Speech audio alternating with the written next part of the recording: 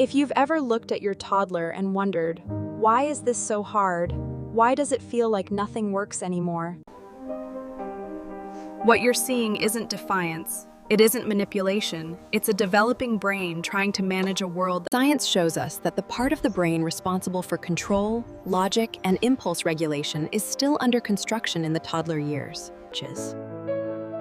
When their nervous system feels safe, they can engage. When it feels overloaded, behavior is simple. Toddlers don't calm down because we explain better. They calm down because they borrow our calm. This is what researchers call co-regulation, when an adult nervous system supports a child's until theirs can manage on its own. When parenting feels exhausting, it's not because you're doing it wrong. It's because your own nervous system is overloaded too. The Harvard Center on the Developing Child reminds us that young children depend on adults to help regulate stress, emotion, and behavior. This is why control doesn't teach regulation. Connection does. Understanding your child's behavior doesn't lower standards. It replaces blame with clarity.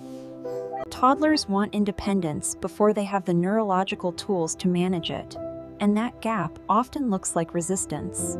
According to developmental psychology, self-regulation is a skill that unfolds slowly over years, not something a toddler. When emotions overwhelm the body, behavior becomes the language the brain still has access to. Adults under stress lose access to patience. Toddlers lose access to control. When stress rises, the nervous system shifts into survival mode, and learning goes offline.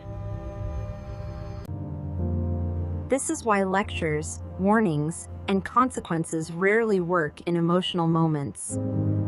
The American Academy of Pediatrics emphasizes that emotional safety is the foundation for healthy behavior development. Support doesn't spoil children, it stabilizes them. Regulation grows from connection, not fear, not pressure, not perfection. When we respond to behavior with understanding, we don't lower expectations. We build the brain that can meet them. Today's toddlers aren't growing up inside a world. Each of these adds pressure to a nervous system that's still learning how to stay balanced. It's not that children changed, the environment did. When stimulation stacks faster than a child can process it, behavior becomes the release valve. Research supported by the National Institutes of Health show that chronic stress affects emotional regulation long before it affects reasoning. Less input often brings more calm, because the brain finally has room to settle. Connection isn't an extra step in parenting. It's the regulation system itself. Brains learn best in states of safety, not pressure.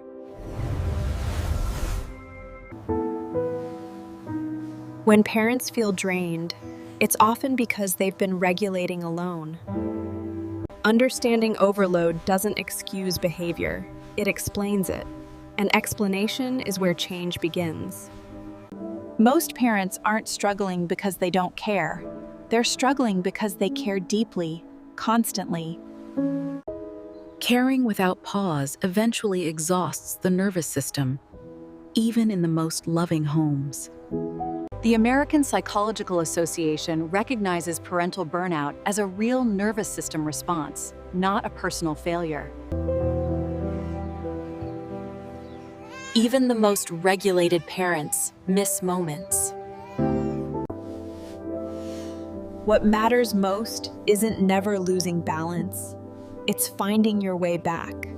Research shows that repair, returning to connection after stress, builds trust more reliably than perfection ever could.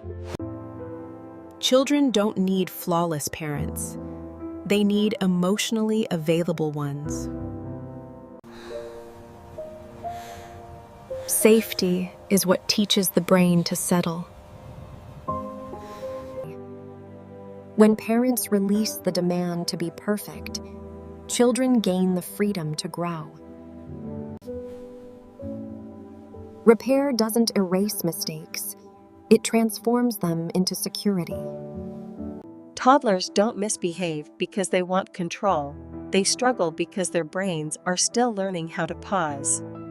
Waiting, sharing, staying calm, the feud. These are not moral skills. They are neurological skills that grow with time. Oxford psychology research shows the prefrontal cortex, the brain's control center 10, matures years after toddlerhood. When adults go low and slow, the child's nervous system begins to feel safe again. Fear might create obedience, but safety creates learning. This isn't spoiling, this is regulation being taught through presence. The American Academy of Pediatrics explains that calm adult responses help children recover faster from emotional overload. Feeling exhausted doesn't mean you're failing. It means you're human in a demanding system. Children learn regulation, not from lectures, but from repetition of calm moments. You're not raising behavior, you're shaping a nervous system. When a child pauses before reacting, that moment didn't come from discipline. It came from repeated experiences of safety. Harvard University's Center on the Developing Child explains that these pauses are signs of neural wiring, not willpower. Children don't borrow our words in stress. They borrow our nervous systems. Repair doesn't require perfection. It only requires returning to connection. Most parents feel overwhelmed not because they're weak, but because modern parenting asks the nervous system to do too much, too fast. According to NIH and APA-aligned research, children regulate themselves only after being regulated by adults, again and again. That glance back isn't weakness. It's trust checking if safety still exists. These small, quiet moments are how resilience is built, not in one big lesson, but in you are not a bad parent, and you are raising a developing brain, and science is on your side.